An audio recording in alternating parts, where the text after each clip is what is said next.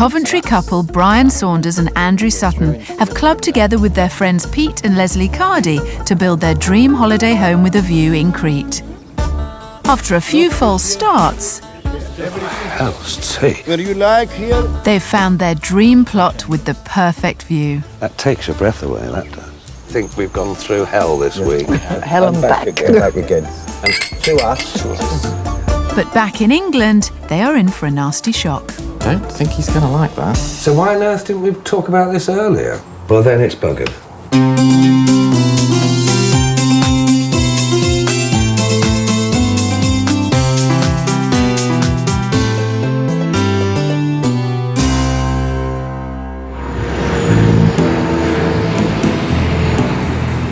So it's back to work for Andrew and Brian. Andrew is an aircraft loading supervisor and Brian is a customer services manager. If you go by the desk, I'll go round and deal with it. And after the excitement of their trip to Crete and the locating of such a perfect plot, they're finding it hard to return to the routine of their day-to-day life. Now, what is the problem?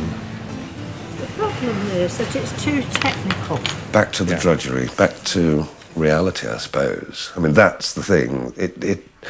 You're up there on top of everything, and then suddenly you come back, your customers worrying about trivia, really, and I have to get back into that mode. I sort of actually want to be out there, but I can't. But while the plot they found is perfect, there is still a question over the price. The land and the building combined will cost £140,000, which is £40,000 over their budget. So to get the cost down, the developer has suggested that he cut the size of the plot. What we're actually waiting for now is Douglas will get Michaelis to draw up the plans showing the reduced size of the plot.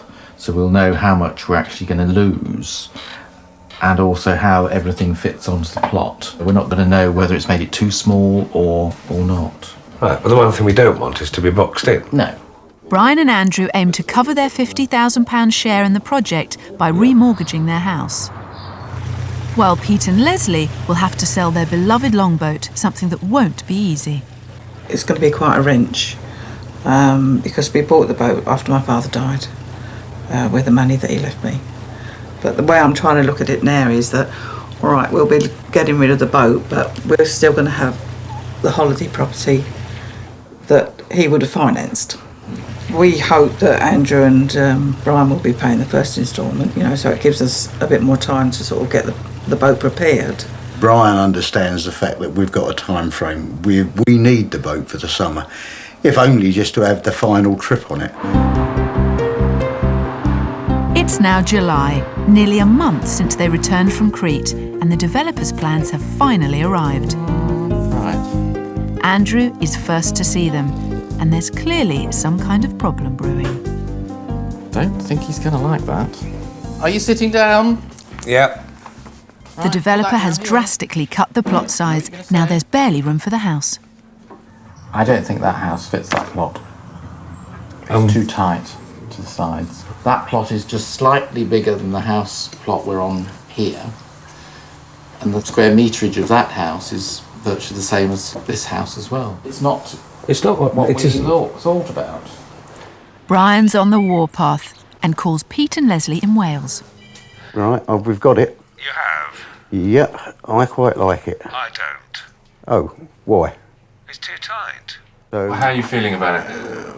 well, I think in a word, pissed off, because I thought we'd found Shangri-La. There looks, to me, more than adequate room for a holiday place. And I still don't think... But Andrew's noticed it's not just the size of the plot that's the worry, it's the neighbours. We're on this little wedge at the end of these group of 3 plots. On that front strip there, that's what he's going to build. So what you're saying is we're going to be wedged in, and it's going to be no different to Coventry. No. So why on earth didn't we talk about this earlier? It's a housing estate. Well, then it's buggered. So it's not that one. That house. Well, what I'm is pissed that off one. about is the fact that you're bloody right. It means we've got to go back. We've got to go back to Crete. And before you know it, the boys are on their way back to the sun. With the original plot now deemed too small and crowded, Douglas, the developer, has persuaded them to return to a large rural plot they rejected originally because of its lack of view. But we always think... This time, Douglas has pulled out all the stops. He has had the plot cleared and ordered a scaffolding tower so Brian and Andrew can see the all-important view. Unfortunately, on arrival, the tower is nowhere to be seen. To buy time, Douglas invites Brian and Andrew to join him in a little Cretan hospitality. If they go for the plot, this will be their local. Pete will love it. He'll absolutely love it. I mean, it paints the picture of what we're coming to. Cretan life, yeah. Absolutely. Their fellow customers at the taverna are local construction workers who have been enjoying a long and not entirely alcohol-free lunch. Evidently, these guys, they're in construction and they meet here every Wednesday for refuelling. Refuelling.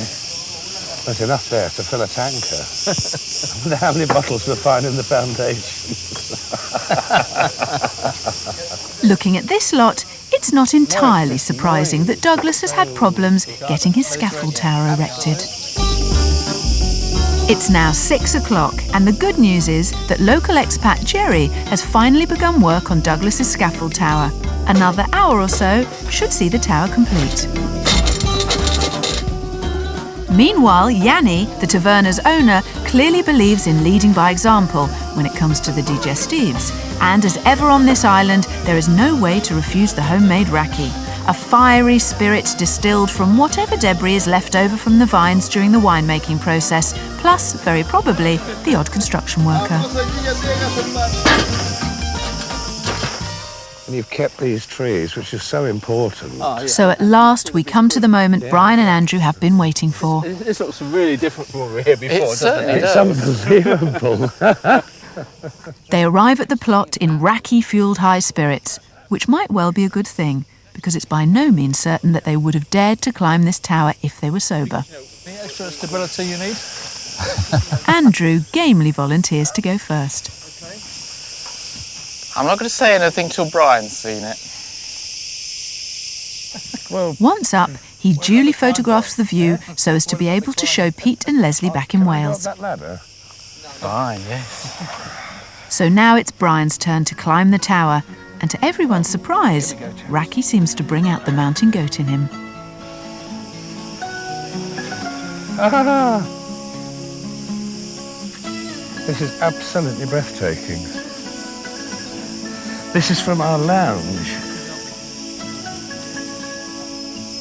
I cannot believe, Douglas, that this is what we didn't see last time. I mean, that is it. That really is it. We found it. We have. Eureka. Absolutely brilliant. We have. It's emotionally draining, actually. But it's true what they say. When you actually find the right thing, it does sort of hit you in the face. And that does. I think we have a deal. Just to, With a mixture of euphoria and relief, and quite a lot of raki, Brian and Andrew celebrate finally finding the plot they've been searching for. Bedrooms on this wing is Since the early stages of this journey, Brian has had a very bold vision for his new home. He wants a huge picture window which can drop down into the floor. Very big window, that, you know. I know it is. The project is already in planning stages, and so as soon as they are back in Coventry, Brian is keen to catch up with progress on his giant motorised window. On the way, there is the delicate subject of budget to discuss. We sort of looked at about a patio door and sort of £5,000 and maybe add a bit on to 7.5. Yes, but do we have a ceiling where we would say that's too much, we're not going to do it? Are we going to say if it's more than 10,000 it's a non-starter? Well, it can't be that much, surely. Handling the project is business manager John Harvey. There you are. How's that? At last, Brian is able to see his vision fully realised on paper. It's an emotional moment after all the setbacks. Plan is that your external wall will drop down there. On these lay shafts, gearboxes, it's driven by this motor. One button operation. And then that gives you the free, open, outside, inside look that you've requested. Pleased? Yeah, that's it. Yeah. Absolutely it. This looks all very good, but the end thing is how much? We're talking budget costs of circa £38,000. What? 38,000.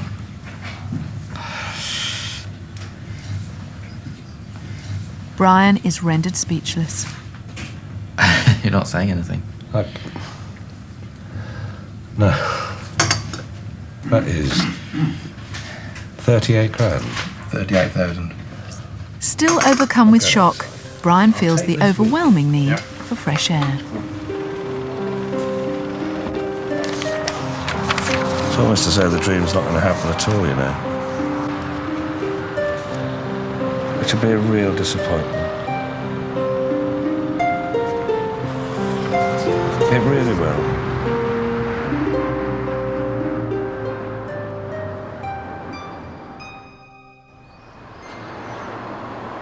One week later, Brian and Andrew call a crisis meeting with Lesley and Pete. They have been doing some radical thinking and have more than one bombshell to drop on the couple. We went to Solar Glass, and they want to do it. But at a price. What are we talking about? It's 38. What? God. 38,000. No, come on, you're joking. No. That's nearly half the price of the property. It's going to be way over budget. That's why we wanted to talk to you sort of fairly urgently about Well, there's no it. way we can put in any more money. 38 grand on a window, Brian. I just couldn't justify it. But if there was a way of having the window without any cost to you, you wouldn't have any objection to it being there, would you? Well, I'm not controlling your wallet.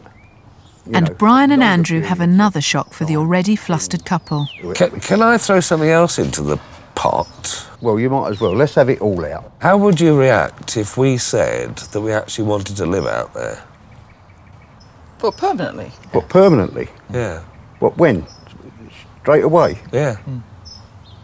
Well, first thing I have to say, have you thought about it? Yeah. Yes. Yeah. What are you going to do for a living? Well, you're going to rent this place out and hope it's going to pay for you? No, we're talking about... Selling the house, moving lock, stock and barrel out to Crete.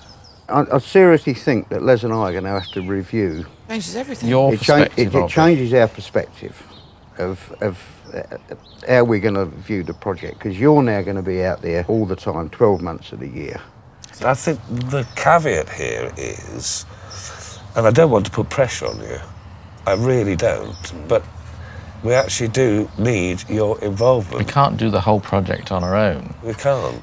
Now, I don't want to sort of, leave you with, a bad feeling that we may pull out, but I think you'll have to look at the possibility. Seriously, if you pull out, then we'll have to abort. You see, we can do nothing other than abort.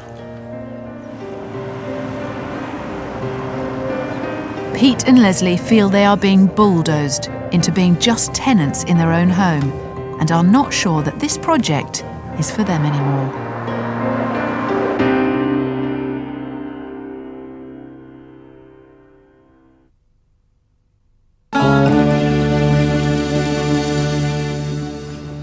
straight away. Pete and Lesley were shocked when Brian and Andrew announced that they planned to sell up and move to Crete to settle in what was going to be their shared holiday home.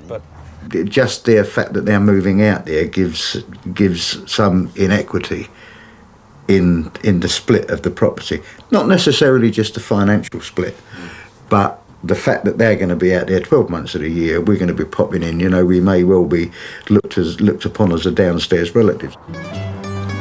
But after 2 agonising days, the boys are delighted to get a call from Pete to say that they're still on board. So now the team needs £35,000 for a deposit to secure the plot, which means Brian and Andrew must sell their house fast. Brian, how are you? I'm fine. Clive James, the local estate agent, hopes to help them do just that. When do you actually need to be gone? We are looking at September. Yes, I mean, we have to sell the house to facilitate building the other house. Sure. The mechanics of that mean that I need to find a buyer within 3 to 4 weeks. Now, not saying that can't be done. Well, can you? Well, this will obviously have an effect and certainly a great bearing on the pricing policy. Let me stop you there. What sort of price is this on the market, or will you put it on the market at? Right, my recommendations are that we're talking around 315,000. But you need to allow a degree of flexibility. How much? It could be, I wouldn't like to see it going any less than 3, and I'm sure you wouldn't either. No. But you have to allow that sort of degree of flexibility. When it comes to 300,000, that makes our project in Crete a non-starter. I feel you're going to probably finish up between 3.5 and 3.10. It needs to be attractive enough for me to be able to get people through the front door. Well, let's go for it. Look, just put the bloody thing on the market. Okay. And go for it, will you? Fine. With the house up for sale, Brian and Andrew prepare for a quick trip to Crete to sort out the paperwork and to start to research their new life. We're going to be looking at it in a different light now, because we're not looking at it somewhere you're on holiday, it's somewhere you're actually going to live. Right. The first job is to appoint a Cretan lawyer to act on their behalf. It's all Greek to you? It's all Greek, yes. Okay, so you sign here. Okay. Yeah. Here we go. There is still no binding contract with their developer until the team put down a deposit, but it feels good signing something. Great. The following day, and to make the most of their time here, Brian and Andrew return to their favourite beach to sweat and toil over some essential planning adjustments. Or more specifically, for Andrew to toil and Brian to sweat. We're relaxing, but trying to shave off 23 square metres from the villa. It's too big. It's just that we have a fixed budget. There we are. Bring that end in effectively 0.5 metre. Bring that end of the bedroom in 0.5 metre. And that doesn't alter your window at all. One thing Brian omitted to mention to Pete and Lesley, now safely back in Wales, was the possibility of turning their new home into something of a small farm. Now they are planning on living on the island, Brian has dreams of self-sufficiency. It's lovely and cool. To this end, he and Andrew have come to visit Helen, a colleague of Douglas's who appears to have done just that. Helen came to the island 20 years ago and in true Shirley Valentine style, fell in love with and married a local Greek, Christos. Christos and Helen's land spans 4,000 square metres, exactly the same size as Brian and Andrew's, so they are keen to see what they've achieved with the space. But of course the sheep want a space to roam around in, of course. Flattened. But I mean, this is so beautiful. Yeah. Oh, I think we've chosen well. I really do. But the cold reality of keeping livestock is that one day your furry or feathery friend will become your supper. And that could well be the bit that Brian isn't so good at. It's no good getting too attached to them. OK, some of the layers you know you're going to keep, you're not going to eat them, you can afford to. And like Fabian here, once you've given them a name, you're lost. Right, get somebody to come in and... No, Christos will do it. He doesn't like doing it, but he does. Oh my God. We'd have to have somebody in. I couldn't do it, no. No, you couldn't. But Brian wants to go the whole hog. So are you thinking of having a couple of pigs? Yeah. Really? Yes. I thought I'd talk to you about that. We haven't given them names, for obvious reasons. They will be destined for the freezer. I could become very attached to those. Probably too attached. Yeah. That's the problem. Yeah. You can't allow yourself to get attached to them. But there again, I love pork. And I bet they make the most beautiful crackling. Goats are animals Brian's particularly fond of. He's allergic to dairy products, so as a child he had to be raised on goat's milk, with the result that he always felt a strange affinity towards them. It's not something that the goats appeared to share, but Brian is nonetheless keen to get close. Maybe you could have a few lessons on milking? Well, I think it's a bit like bell ringing. You sort of stroke it, don't you? because I used to sort of bell ring. The goats will be yours. I can feed the chickens, don't mind that. The goats will be yours. You'll let me pull and squeeze? I'll let you pull and squeeze the goats, yes. Well, you usually do, so what's that different?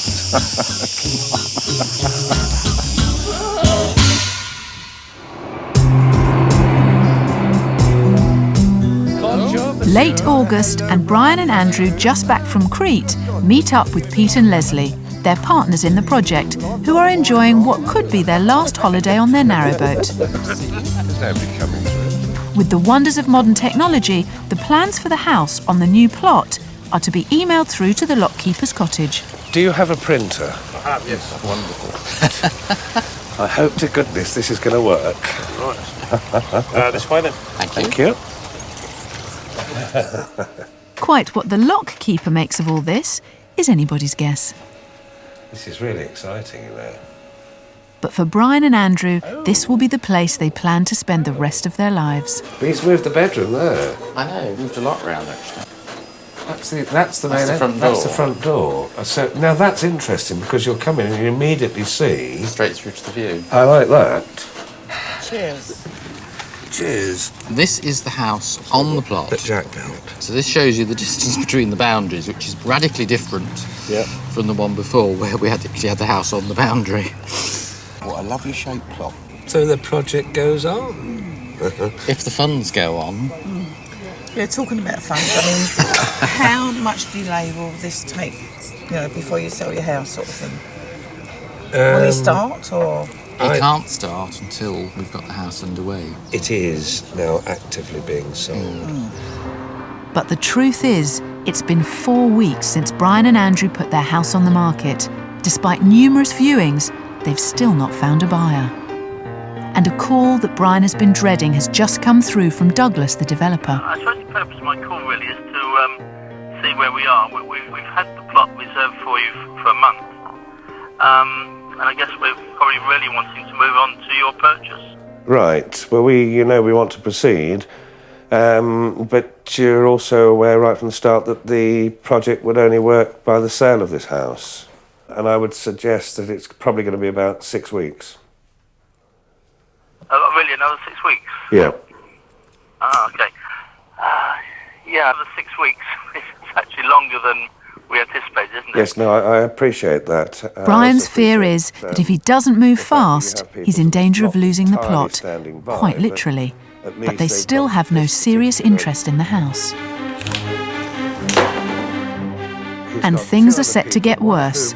Financial pressures mount further on Brian and Andrew. And without a buyer in sight, Brian decides the situation calls for desperate measures. We speak to S&P. We ask them to bring the sale of their boat forward. They're on holiday at the moment, they're on it.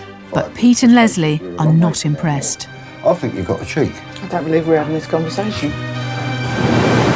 They begin to experience Greece off-season and discover a local tradition firsthand. Who is going to kill it? I want no party to it at all.